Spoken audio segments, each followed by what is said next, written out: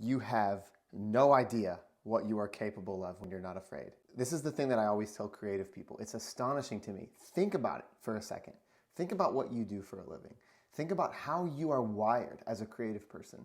We have the ability to imagine things that don't exist and then cause them to manifest, right?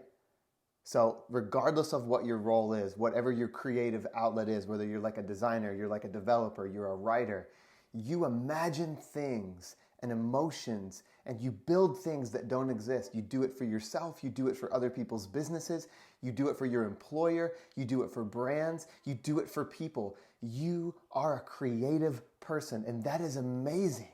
But for some reason, creative people have the hardest time doing that when it comes to designing their own life. Isn't that crazy when you think about it?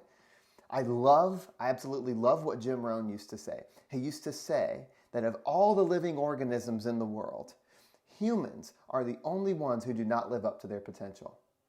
And he would do this thing where he would say, how tall does a tree grow? How tall does a tree grow?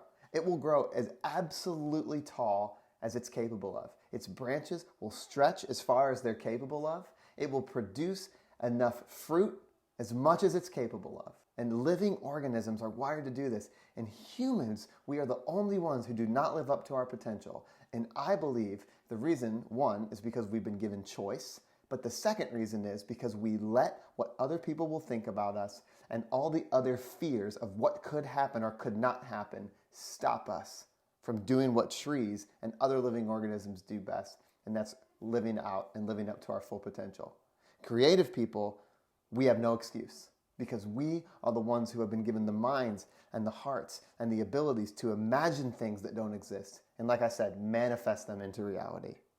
Imagine what you could manifest and create for your own life if you remove fear. And so what I always say is this: what is the one thing that you would do if you weren't afraid? How would your life look if you weren't afraid? Now, go and create or design that.